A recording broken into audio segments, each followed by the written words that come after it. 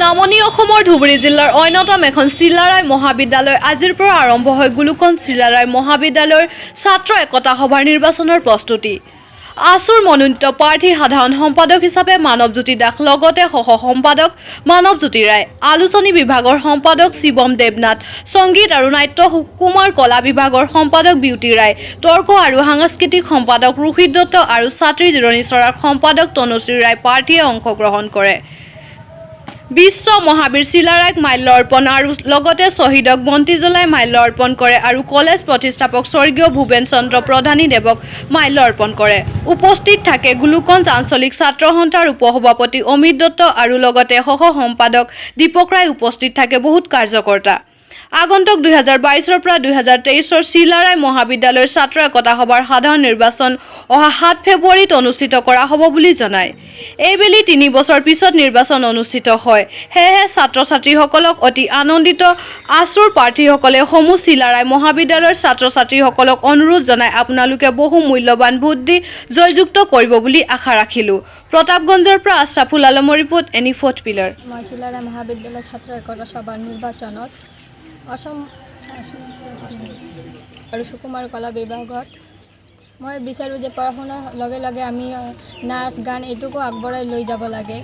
আৰু কলেজত বহু ধৰণৰ অসুবিধা হৈ থাকে। আমি বিচাৰোঁ যে আমি যদি ভোটত জিতোঁ তেনেহ'লে আমাক ক'লে কালে আমি ছাৰ বাইদেউ ক'ব পাৰিম। সকলোৱেতো ছাৰ বাইদেউ ক'ব নোৱাৰে নহয়। যে আপোনালোকৰ মূল্যৱান ভোটটো যাতে মোক আৰু মোৰ সকলক দি জয়যুক্ত কৰিব বুলি মই আশা ৰাখিলোঁ। মোৰ নাম শিৱম দেৱনাথ।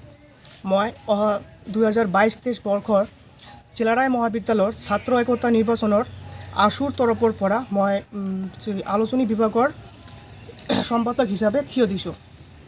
এইটো বহুত ভাল কথা যে আমাৰ 2 বছৰ হোৱা নাই COVID-19 কাৰণে, তো এতিয়া আমাৰ নিৰ্বাচন হৈ আছে। আমি সকলোৱে আনন্দিত আৰু আপোনালোকৰ ভালপোৱাৰ কাৰণে মই দাঁড়ি আছোঁ। এইটো বহুত ভাল কথা। সকলো কি বাৰ্তা দিব? নিৰ্বাচনত হাৰ জিতাটো আছেই, তাৰ মাজত যিটো ভাল কথা মানে যিটো গুৰুত্বপূৰ্ণ কথা হয় যে জয়ী হোৱাটা গুৰুত্বপূৰ্ণ নহয়, দায়িত্ব বহন কৰি দায়িত্বটো কণ্টিনিউ চলাই যোৱাটাই ইম্পৰ্টেণ্ট হয়। সেইটো মই বৰ ভাবোঁ। আপোনালোকৰ বাৰ্তাটো এইটোৱেই যে কলেজটো সকলোৰে হয়, তো কলেজটোৰ দায়িত্বটো গ্ৰহণ কৰি থকা সকলো ছাত্ৰ ছাত্ৰী যে কোনে জিতি আছে এইটো বহুত বৰ কথা নহয়। তাৰ মাজতে যে কলেজটোৰ কি আপডেট হৈ আছে, কেনেকৈ আমি কলেজটোৰ উন্নতি কৰিব পাৰিম, সেইটো সিদ্ধান্ত সকলো ছাত্ৰ ছাত্ৰীক ল'ব লাগে। হয়, তোমাৰ জয়ী হয় কি বস্তু কলেজটা দিব? মোৰ নাম শ্ৰী মানৱজ্যোতি ৰায়। মই চিলাৰায় মহাবিদ্যালয় BA 6th ছেমিষ্টাৰত পঢ়ি আছোঁ এতিয়া। আৰু বিগত 3-4 বছৰৰ পৰা আমাৰ কলেজত নিৰ্বাচন হোৱা নাই। আৰু মই চিলাৰায় মহাবিদ্যালয়ত পঢ়ি আছোঁ এতিয়া। আৰু আমাৰ সদৌ অসম ছাত্ৰ সংস্থাৰ পৰা মই সহকাৰী সম্পাদক হিচাপে মই থিয় দিছোঁ।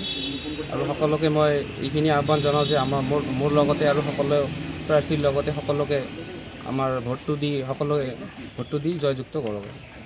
হয়, প্ৰস্তুতিটো আমাৰ ঠিকেই চলি আছে আৰু সকলোৱে কম্পিটিশ্যন লাগি আছে। আৰু যিখিনি পাৰ্টি আছে এইবছৰ আমাৰ 3টা পাৰ্টি হৈছে।